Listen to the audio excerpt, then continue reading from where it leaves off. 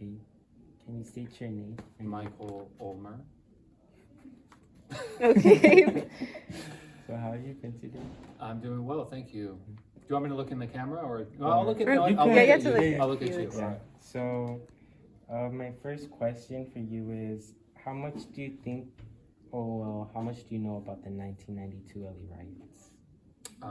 Well, I know that it was a reaction to the court case against it was a reaction to police brutality over many years, discrimination, underserved communities like South LA and other parts of Los Angeles, and specifically as a reaction, specifically as like I guess the spark that started it was the reaction to the trial of the LAPD officers who violently beat Rodney King when he was and filmed on camera where he was obviously not fighting back and Yeah.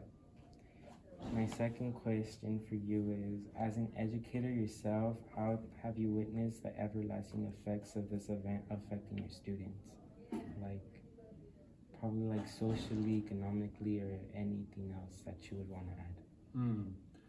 Well, I know that I happen to know that after the LA riots, a lot of the stores and a lot of the businesses left the area of South LA, like closed, or they didn't rebuild, or they just didn't reopen.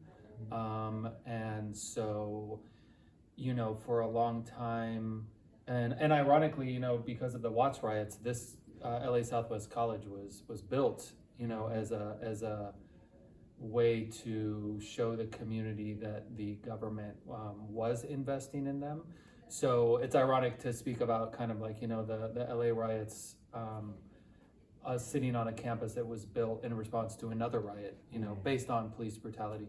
But I think it's affected, back to your question, I think it's affected probably the community and the parents of my students, even though if they might not have lived here, through like the kind of like the economic consequences that came from the riots and how some things didn't get built. So things, the neighbor, now we've witnessed in the last 10 years because of the stadium in Inglewood and lots of building and things, kind of like reinvestment a little bit, but not everywhere. But, for a long time, there was like not a lot of businesses returned. So it was kind of like an economically depressed community. Mm-hmm. My third question for you is, do you think that these issues can be fixed, or is it an irreversible damage that can't be undone in our community? And if you think that it could be undone, what are ways that it can be fixed?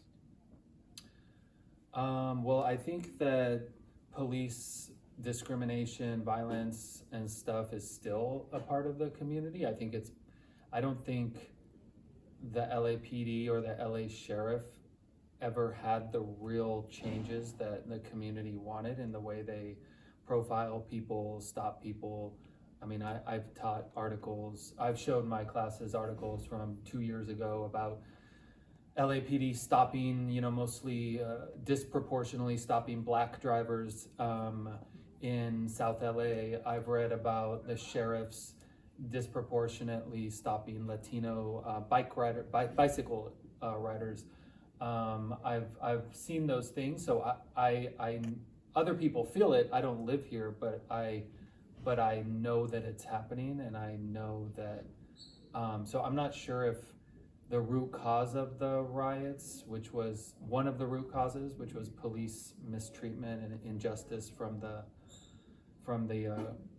system of policing, has really changed. It's from what I've seen evidence-wise, and just how I see police acting when I'm driving here and on the streets, and just kind of it's different than what I see even in Long Beach, which is still a big city, right? With other problems with police there. But so I'm not sure if like full changes have been there. There might be more Black and Latino police officers, but that doesn't mean that those officers have changed the culture of the department, because the leaders of those police departments still have that same culture about like those people are bad and we're gonna where it's like they're some of them feel like they're going to war when they go to work with the community, and I don't know if that's actually changed yet from what I see, from what I've read and what I see. Yeah.